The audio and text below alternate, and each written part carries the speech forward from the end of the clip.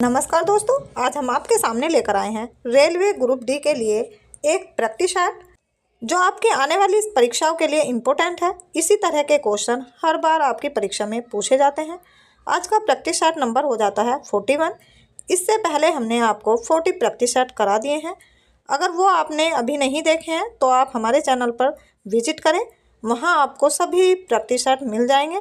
और वीडियो शुरू करने से पहले अगर अभी तक आपने हमारे चैनल को सब्सक्राइब नहीं किया है तो आप हमारे चैनल को सब्सक्राइब अवश्य करें। वीडियो को अपने दोस्तों में भी शेयर करें। तो चलिए शुरू कर लेते हैं आज की वीडियो का पहला क्वेश्चन। और आज की वीडियो का पहला क्वेश्चन हो जाएगा, भारत ने ओलंपिक खेलों में अपना प्रथम स्वर्ण पदक किस वर्ष जीता? तो अपना प्रथम स्वर्ण पदक जीता था 1928 में। इसका करेक्ट आंसर सी हो जाएगा। स्वर्ण मंदिर का संबंध किस धर्म से है? तो स्वर्ण मंदिर का संबंध हो जाता है सिख धर्म से। इसका करेक्ट आंसर डी हो जाएगा।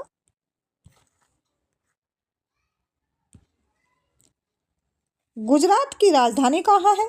तो गुजरात की राजधानी हो जाती है गांधीनगर में। इसका करेक्ट आंसर बी हो जाएगा।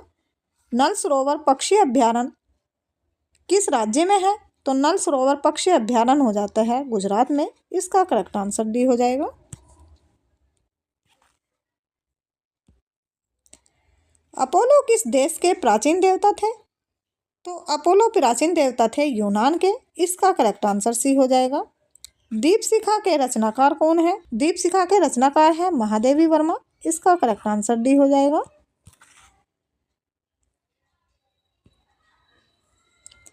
दीनदयाल बंदरगाह किस राज्य में स्थित है? तो दीनदयाल बंदरगाह स्थित है गुजरात में। इसका करेक्ट आंसर बी हो जाएगा। वर्तमान में पांचाल को किस नाम से जाना जाता है? तो वर्तमान में पांचाल को जाना जाता है पंजाब के नाम से। इसका करेक्ट आंसर बी हो जाएगा। किस देश के पास परमाणु कार्यक्रम नहीं है? तो परमाणु कार्यक्रम नहीं है डेनमार्क के पास। इसका करेक्ट आंसर डी हो जाएगा। Harry Potter and the goblet of fire के लेखक कौन है? तो इसके लेखक हो जाते हैं J.K. रोलिंग। इसका करेक्ट आंसर ये हो जाएगा।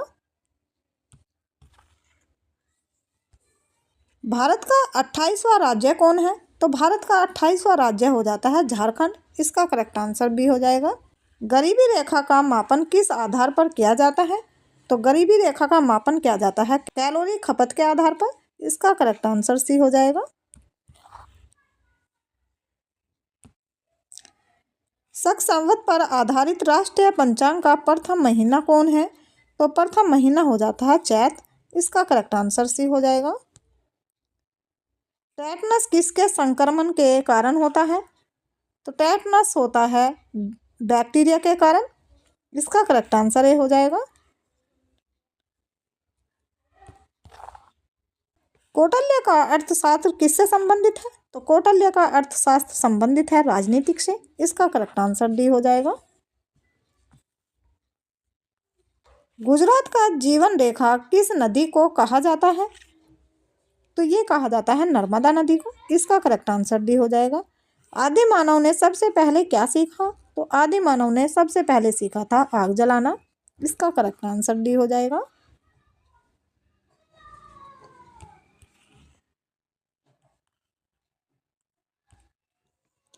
दक्षिण गंगा किस नदी को कहा जाता है?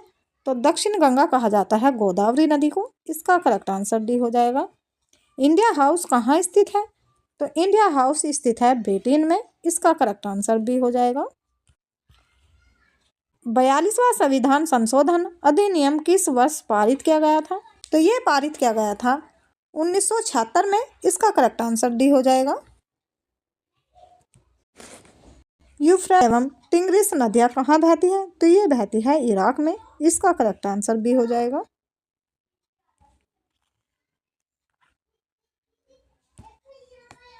निम्नलिखित में से कौन एक कार्यरत व्यक्ति संसद के सदस्य नहीं होते हुए भी संसद की कार्यवाही में भाग ले सकता है? ये भाग ले सकते हैं महान्यायवादी। इसका करेक्ट आंसर बी हो जाएगा। भारतीय संविधान की प्रस्तावना में पथ निरपेक्ष समाजवादी एवं अखंडता शब्द किस संविधान संशोधन के द्वारा जोड़ा गया? ये जोड़ा गया था संविधान 42वां। इसका करेक्ट आंसर डी हो जाएगा। किस संविधान संशोधन के द्वारा मतदाता की आयु सीमा को 21 वर्ष से हटाकर 18 वर्ष कर दिया गया? ये कर दिया गया था 61वां संशोधन में। इसका करेक्ट आंसर सी हो जाएगा। केंद्रीय नमक और समुद्री रसायन अनुसंधान संस्थान कहाँ पर स्थित है? तो ये स्थित है भावनगर में। इसका करेक्ट आंसर डी हो जाएगा।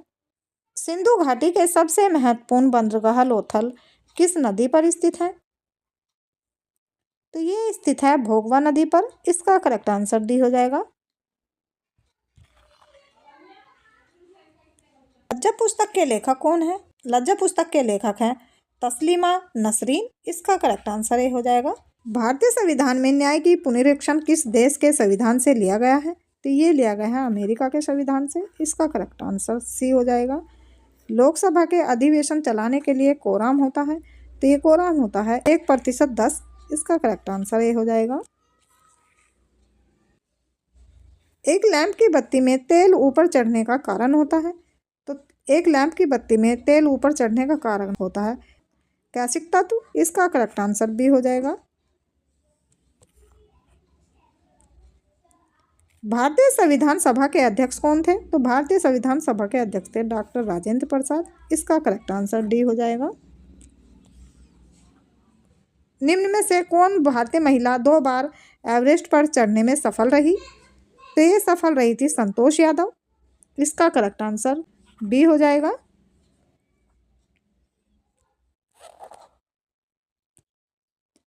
वर्तमान समय में संपत्ति का अधिकार किस श्रेणी में है?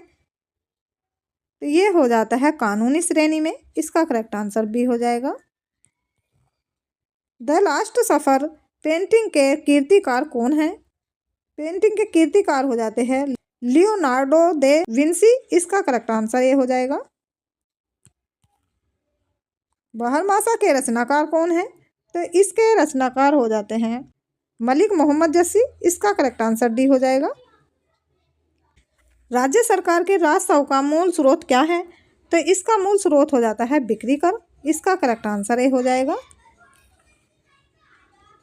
कपास का सबसे बड़ा उत्पादक देश कौन है? तो सबसे बड़ा उत्पादक देश हो जाता है चीन।